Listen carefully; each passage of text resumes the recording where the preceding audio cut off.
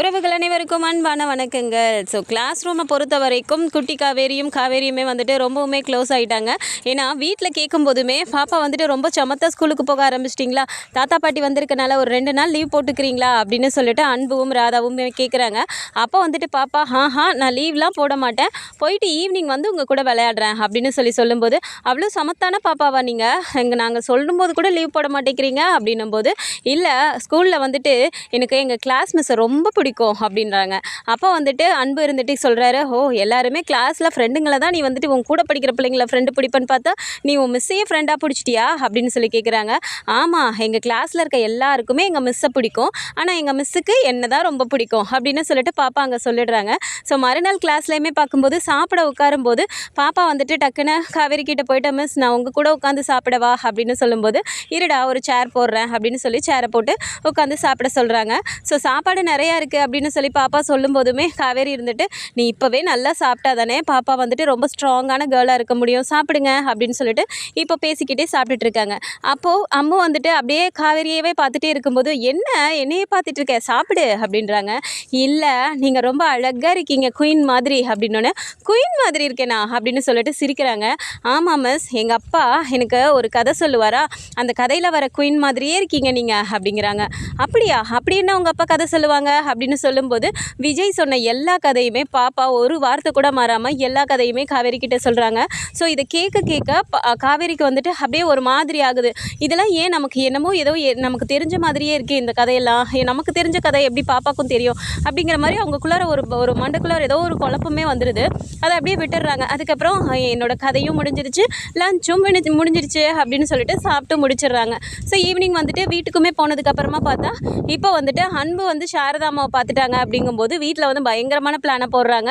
So எப்படியாவது வந்துட்டு பிரிச்சே ஆகணும், விஜய் உயிரோடு இருக்கிற விஷயமே அவங்களுக்கு தெரியக்கூடாது அப்படிங்கிற மாதிரி வந்துட்டு அன்பு சொல்லிட்டுருக்காரு. அதுக்கு தாத்தா என்ன சொல்கிறாரு, இங்கே பாருப்பா, நம்ம வந்து இவ்வளோ நாள் காவேரி உயிரோடு இருக்க விஷயத்தையே விஜய்கிட்ட மறைச்சிட்ருக்கோம், பத்தாததுக்கு இப்போ இந்த குடும்பம் இங்கேயே வந்துருச்சுன்னு சொல்லி விஜய் எங்கேயாவது நேரில் பார்த்துட்டானா போச்சு, அவன் என்ன மாதிரி பண்ணுவான்னு சொல்ல முடியல அப்படின்னு சொல்லிட்டு இப்போ வந்துட்டு பசுபதியை நினச்சி அவர் பயப்படுறாரு. ஸோ இந்த விஷயம் அப்படிங்கிறது வந்து பார்த்தா பசுபதி ராகவ் அப்படிங்கிறவங்க அவங்கெல்லாம் ஒரு வில்லத்தனம் அப்படின்னா இப்போ முக்கியமான வில்லனாவே தாத்தா தான் இருக்காரோ அப்படிங்கிற மாதிரி தான் தோணுது. ஏன்னா ஒரு குழந்தைய வந்துட்டு இது என்ன நடந்தாலும் வாழ்க்கையில் வந்துட்டு குழந்தையும் அம்மாவையும் பிரித்து வச்ச பாவம் அப்படிங்கிறது அவர் மனசுக்குள்ளார ஒரு கில்ட்டாக ஃபீல் ஆனாலும் இந்த இடத்துல இப்படி யோசிச்சிருக்க வேணாமோ அப்படிங்கிற மாதிரி தான் தோணுது. ஸோ ஸ்கூல் முடிஞ்சு காவேரி வீட்டுக்கு போனதுக்கப்புறமா இப்போ சாரதாமா கேட்குறாங்க, என்னடி இன்றைக்கி ஸ்கூலில் எப்படி போச்சு அப்படின்னு சொல்கிறாங்க. இன்றைக்கும் நல்லாவே போச்சுமா வழக்கம் போல் அப்படின்னு சொல்லிட்டு இப்போ பாப்பாவை பற்றி திரும்பவுமே அப்படியே பார்த்து சொல்ல ஆரம்பிக்கிறாங்க. அப்போ சாரதாமா கேட்குறாங்க, என்னடி இன்றைக்கும் அந்த குழந்தை புராணம் தானா அப்படிங்கிறாங்க. அப்படி இல்லைம்மா, இன்றைக்கி அந்த குட்டி பாப்பா என்கிட்ட ஒரு விஷயம் சொன்னால் அதை கேட்டோன்னே எனக்கு என்னவோ நடந்த மாதிரியே அப்படியே ஒரு மாதிரி இருக்குமா அப்படிங்கிறாங்க. என்னடி அப்படி நடந்துச்சு அப்படின்னோடனே பாப்பா சொன்ன எல்லா கதையுமே வந்துட்டு சாரதாமா கிட்ட சொல்ல அப்படியே சாரதாமாவுக்கு ரொம்பவுமே அதிர்ச்சியில் உறைஞ்சி போயிடுறாங்க. இவங்க 2 பேரும் எப்படி விஜயும் காவேரியும் இருந்தாங்களோ அதே கதையவே சொல்லிட்டு இருக்காளே, அப்போ அந்த பாப்பா யார் அப்படிங்கிற மாதிரி இப்போ வந்து சாரதாமாவுக்கு ஒரு சந்தேகமே வந்துடுது. ஏண்டி இந்த குழந்தை 5 வயசு குழந்தை இவ்வளோ கதையெல்லாமா அவங்ககிட்ட சொல்லிச்சு அப்படிங்கிறாங்க. ஆமாம்மா, அவளை தூங்க வைக்கிறதுக்கே அவங்க அப்பா இந்த கதையெல்லாம் சொல்லி தான் வந்துட்டு வளர்ப்பாராம் அப்படின்னு சொல்லும்போது இப்போ சாரதாமாவுக்கு என்ன தோணுதுன்னா, அவங்க அப்பா சொன்னாருன்னு அந்த குழந்தை சொல்லியிருக்கு, அப்படின்னா விஜய் தம்பி தான் இல்லையே, அப்படின்னா அப்பா சொல்கிறதுக்கு வாய்ப்பு இல்லை அப்படிங்கிற மாதிரி அவங்களுக்கு ஒரு மாதிரி சந்தேகம் வருது. சரின்னு சொல்லிட்டு அதுக்கப்புறமா கங்கா கிட்ட பேசும்போது, என்னம்மா ஸ்கூலுக்கு போயிட்டு வந்துட்டாளா, என்ன சொல்கிறாவ அப்படின்னு சொல்லிட்டு கங்கா கேட்குறாங்க. இன்றைக்கி நடந்த விஷயத்தை கேட்டால் உனக்கு அப்படியே ஆச்சரியமாக இருக்கும்டி அப்படின்னு சொல்லிட்டு இப்போ காவேரி சொன்ன எல்லா விஷயத்தையும் கங்கா கிட்ட அவங்க ஷேர் பண்ணுறாங்க. கங்காவுக்குமே ஒரு நிமிஷம் அப்படியே அதிர்ச்சி ஆகுது. என்னம்மா சொல்கிற, காவேரியோட கதையை அப்படியே அந்த குழந்தை சொல்லிச்சுன்னா அப்போ என்னம்மா அந்த குழந்தை ஒரு வேளை காவேரியோட குழந்தையா இருக்குமோ அப்படிங்கிறாங்க. அது எப்படி இருக்க முடியும், அந்த குழந்தை அவங்க அப்பா கதை சொன்னதாக தான் சொல்லியிருக்கு, விஜய் தம்பி தான் இல்லையே, அப்புறம் எப்படி இருக்கும் அப்படிங்கிறாங்க. எனக்கும் அதாம்மா ஒன்றும் புரியல, சரி விடுமா அப்படின்னு சொல்லிட்டு அவங்களும் சொல்லிட்டு கேஷுவலாக பேசிட்டு அவங்களும் ஃபோனை வச்சுடுறாங்க. இப்போ சாரதாமாக்கு இது தோணிக்கிட்டே இருந்தாலும் சாரதாமா திடீர்னு என்ன சொல்கிறாங்க, ஏண்டி டெய்லியும் அந்த பாப்பா பற்றி சொல்லிகிட்டே இருக்க, எனக்கும் அந்த பாப்பா பார்க்கணுன்னு ஆசையாக இருக்குது, அந்த பாப்பா முடிஞ்ச ஒரு ஃபோட்டோ எடுத்துகிட்டு வாயேன் அப்படிங்கிறாங்க. சரிம்மா, நாளைக்கு நான் எடுத்துகிட்டு வரேன், ஏன் உனக்கு அந்த பாப்பா பார்க்கணுன்னு ஆசையாக இருக்கா அப்படிங்கிறாங்க. ஆமாண்டி, நீ டெய்லி வந்து அந்த குழந்தைய பற்றியே சொல்லிட்டு இருக்க, நானும் பார்க்குறேனே அப்படிங்கிறாங்க. சரிம்மா, நாளைக்கு வேணால் அவள் கூட நான் ஒரு ஃபோட்டோ எடுத்துகிட்டு வரேன் அப்படிங்கிறாங்க. சரிடி அப்படின்னு சொல்லிடுறாங்க. அதே மாதிரி வீட்டில் வந்துட்டு விஜய் கூட ரூமில் இருக்கும்போது இப்போ வந்து பாப்பாவும் விஜயும் பேசிகிட்டு இருக்காங்க. அப்போ வந்துட்டு பாப்பா என்ன கேட்குறாங்க, அப்பா எங்கள் மிஸ்ஸை நீங்கள் வேணால் சொல்கிறீங்களா, நான் வீட்டுக்கு கூட்டிகிட்டு வரேன் அப்படிங்கிறாங்க. வீட்டுக்கா, இல்லைடா இல்லைடா மிஸ் எல்லாம் வீட்டுக்கெலாம் வரமாட்டாங்க அப்படிங்கிறாங்க. அப்பா அதெல்லாம் நான் கூப்பிட்டேன்னா வருவாங்கப்பா அப்படிங்கிறாங்க. அப்படியா நீங்கள் 2 பேரும் அவ்வளோ க்ளோஸ் ஆகிட்டீங்களா என்ன அப்படின்னு சொல்லி விஜய் கேட்குறாரு. ஆமாப்பா எங்கள் மிஸ்ஸுக்கு என்னென்னா ரொம்ப பிடிக்கும் தெரியுமா அப்படிங்கிறாங்க. சரிடா பட்டு ஒரு நாள் வீட்டுக்கு கூட்டிகிட்டு வா பார்க்கலாம் அப்படிங்கிறாங்க. சரிப்பா அப்படின்னு சொல்லிட்டு இப்போ அன்றைக்கி நைட்டும் போயிடுது. மறுநாள் என்ன ஆகுதுன்னா இங்கே வீட்டில் வந்துட்டு தாத்தா அப்புறம் ராதா அன்பு 3 பேருமே பேசுகிறாங்க. என்ன மாப்பிள்ள என்ன பண்ண போகிறீங்க அப்படின்னோடனே, நீங்கள் அதெல்லாம் கவலையே படாதீங்க மாமா, அந்த கடை பக்கத்தில் இருக்க எங்கனையோ தான் இருக்கேன்னு சொல்லி சொன்னாங்க. நானுமே சாரதாவை ஃபாலோ பண்ணிக்கிட்டே போனேன். கொஞ்சம் தூரம் வரைக்கும் போயிட்டேன். அதுக்கப்புறம் தான் சாரதா எங்கேயோ போயிருக்கா.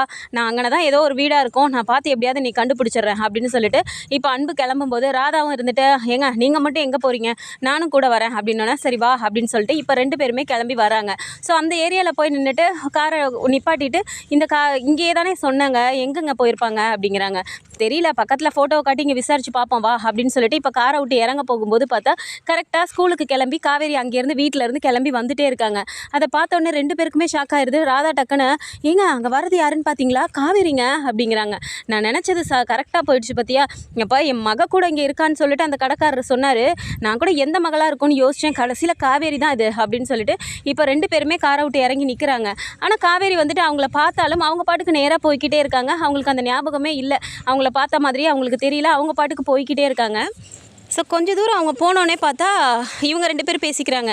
ஏங்க என்ன நம்மளை பார்த்து அவள் பாட்டுக்கு போய்கிட்டே இருக்கா, அப்படின்னா அவளுக்கு இன்னும் பழசெல்லாம் ஞாபகம் வரல போல இருக்குது அப்படின்னு சொல்லிட்டு சொல்கிறாங்க. அப்போ திடீர்னு காவேரி ஒரு இடத்துல நின்றுட்டு டக்குன்னு திரும்பி பார்க்குறாங்க. என்னங்க நம்மளை திரும்பி பார்க்குறா, ஞாபகம் வந்துருச்சோ அப்படிங்கிறாங்க. என்னென்னு தெரியலையே, இரு பார்ப்போம் அப்படின்னு சொல்லிட்டு நின்றுட்டுருக்காங்க. நேராக காவேரி அங்கேருந்து வந்துட்டு, ஏங்க என்ன தெரியுதா உங்களுக்கு அப்படின்னு சொல்லிட்டு போய் கேட்குறாங்க. அப்படியே ராதா வந்துட்டு அப்படியே ஒரு மாதிரி திருன்னு முழிக்கும்போது, என்ன தெரியலையா, நான் கூட ஹாஸ்பிட்டலில் ஆக்சிடென்ட் ஆகியிருந்தப்போ நீங்கள் என்ன வந்து பார்த்தீங்க, நான் கூட உங்களை யாருன்னு கேட்டேன்ல, மறந்துட்டீங்களா அப்படின்னு சொல்லி கேட்குறாங்க. அப்போ தான் ராதாமாக்கு ஒரு மாதிரியே இருக்கா. அப்பாடா அவளுக்கு இதுதான் ஞாபகம் இருக்கா, நான் விஜயோட சித்திங்கிறதெல்லாம் அவளுக்கு ஞாபகம் இல்லை அப்படின்னு நினச்சிட்டு, ஆமாம்மா அதான் நானும் பார்த்துட்டே இருந்தேன், நீ பாட்டுக்கு போயிட்டு இருந்தியா, அதான் உன்னை கூப்பிடல அப்படிங்கிறாங்க. ஓ அப்படியா, நீங்கள் என்ன இங்கே நல்லா இருக்கீங்களா அப்படிங்கிறாங்க.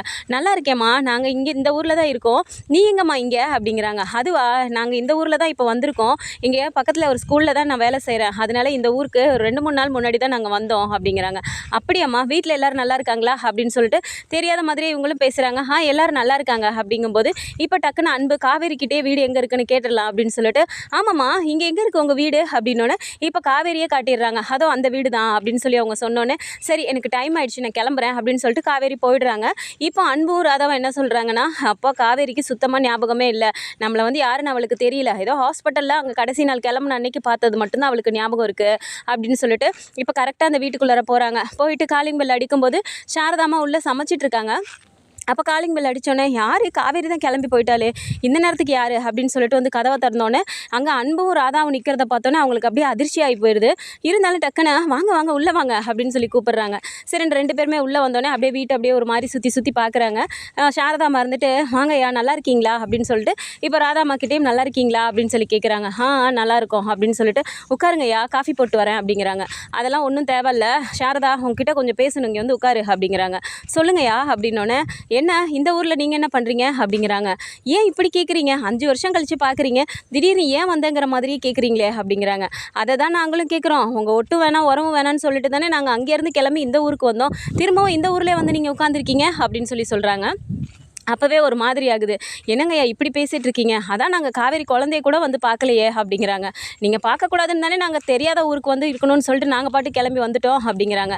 சரிங்கய்யா குழந்தை நல்லா இருக்காளா, என்ன பண்ணுறா, படிக்கிறாளா, ஸ்கூலுக்கு போகிறாளா அப்படின்னு சொல்லிட்டு அவங்க ஆர்வமாக கேட்டுகிட்டே இருக்காங்க.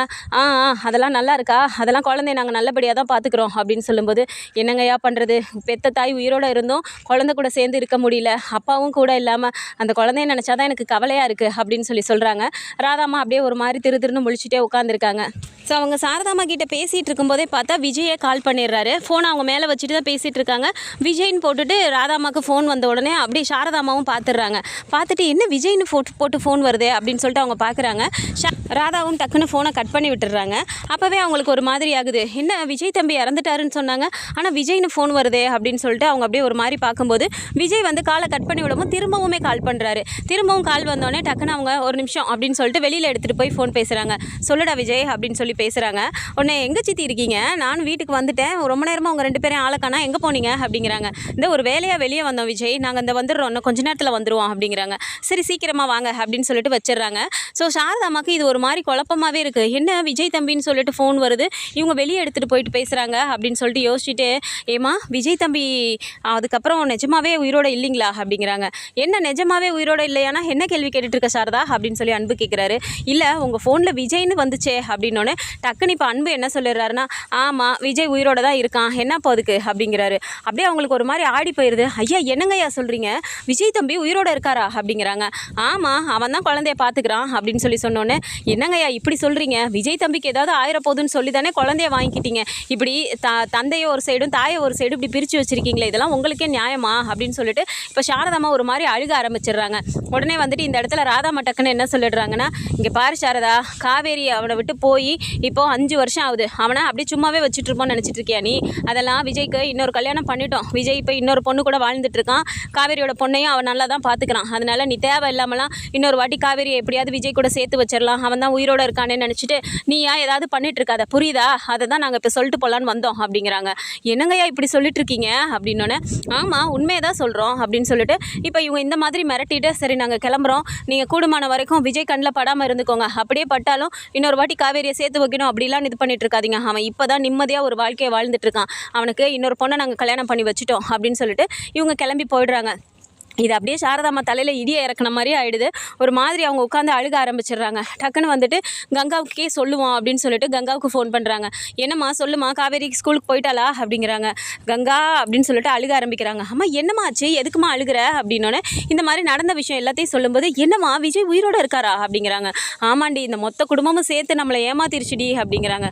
உடனே ஏம்மா அந்த பாட்டி சரியான வில்லத்தனம் பிடிச்சதுமா, நம்மளை எப்படியெல்லாம் பிளான் பண்ணி எப்படியெல்லாம் நம்மளை வெளியே துரத்தி விட்டாங்க, கடைசியில் விஜய் உயிரோடு இருக்கும்போதே நம்மக்கிட்ட இறந்து போயிடுவாருன்னு சொல்லி தானே அனுப்பி வச்சாங்க. இப்போ பாத்தியா, காவேரியை பிரிக்கணுன்னே பிளான் பண்ணி எப்படி பிரிச்சுட்டு கடைசியில் இப்போ இன்னொரு பொண்ணையும் கல்யாணம் பண்ணி வச்சிட்டாங்கன்னு சொல்கிறியம்மா அப்படிங்கிறாங்க. ஆமாண்டி, இதுதான் என்னால் சகிச்சிக்கவே முடியல, ஆனால் காவேரியோட குழந்தை அது, அப்புறம் எதுக்கடி அவங்கக்கிட்ட இருக்கணும், நம்ம எப்படியாவது குழந்தைய கண்டுபிடிச்சி வாங்கிடணும்டி அப்படிங்கிறாங்க. சரிம்மா நீ எதுவும் கவலைப்படாத, நானும் இவர்கிட்ட பேசுகிறேன் அப்படின்னு சொன்னோன்னே, சரிடி குமரன் தம்பிக்கிட்டே நீ பேசு, நான் யமுனா கிட்ட சொல்லி நிவின்கிட்டையும் பேசுகிறேன்டி அப்படிங்கிறாங்க. சரிம்மா நீ எதுவும் கவலைப்படாத, காவேரிக்கு ஆனால் ஞாபகம் வரணுமேம்மா, இந்த நேரத்தில் போய் குழந்தைய வாங்கிட்டு வந்தால் அவளால் இதை தாங்கிக்க முடியாதே அப்படிங்கிறாங்க. என்னால் இதை தாண்டி ஏற்றுக்கவே முடியல, எங்கே சுற்றினாலும் நம்மளால் குழந்தையும் பார்த்துக்க முடியல, இப்படி அந்த தம்பி எப்படி இன்னொரு பொண்ணை கல்யாணம் பண்ண சம்மதிச்சிருக்கோம் அப்படிங்கிறாங்க. அம்மா இது கூட எனக்கு நம்பிக்கிற மாதிரி தெரியலம்மா, அவங்க ஏதோ வந்து உங்ககிட்ட போய் தான் சொல்லிட்டு போயிருக்காங்கன்னு நினைக்கிறேன் அப்படிங்கிறாங்க. இல்லடி என்கிட்ட அடித்து பேசுகிறாங்கடி அப்படிங்கிறாங்க. அம்மா அவங்கள பற்றி உனக்கு தெரியாதா, சும்மாவே விஜய்க்கு ஆப்போசிட்டில் தான் அவங்க சித்தப்பா நின்றுட்டு ஒவ்வொரு வேலையும் பண்ணிட்டு இருப்பாரு. இப்போ வந்து விஜய்க்கு கல்யாணம் ஆயிடுச்சுன்னு சொல்கிறாங்கன்னா, விஜய் கிட்ட பேசாமல் நம்ம எந்த முடிவையும் எடுக்கக்கூடாது, விஜய் இருக்காருன்னு தெரிஞ்சிருச்சுல, விடு நம்ம இனிமேல் என்ன பண்ணுமோ பார்த்துக்கலாம் அப்படின்னு சொல்லிட்டு இப்போ கங்காவும் பேசிட்டு வச்சிடுறாங்க. ஸோ காவேரியை வந்துட்டு இனிமேல் விஜய் பார்த்தாலோ சரி, இல்லை சாரதாமா வந்து விஜயை பார்த்தாலோ சரி, எப்படியுமே காவேரி சேரக்கூடாது அப்படிங்கிறக்காக தான் விஜய்க்கு வந்துட்டு புதுசாக இன்னொரு கல்யாணம் பண்ணிட்டான்னு சொல்லிட்டு இவங்க பொய் சொல்கிறாங்களா, இல்லை குட்டி காவேரி மூலமாக தான் 2 பேரும் மீட் பண்ணி ஒருத்தருக்கு ஒருத்தர் பார்க்க போகிறாங்களா அப்படிங்கிறத நம்ம பொறுத்திருந்து பார்க்கலாம். ஸோ இந்த மாதிரியான கதைக்கிழமை தான் நல்லா இருக்கும்னு நினச்சிங்கன்னா மறக்காமல் நம்மளோட சேனலை சப்ஸ்கிரைப் பண்ணிக்கோங்க. அண்ட் வீடியோ பிடிச்சிருக்கு அப்படின்னா சின்னதாக லைக்கை மட்டும் கொடுத்துருங்க. தேங்க்ஸ் ஃபார் வாட்சிங்.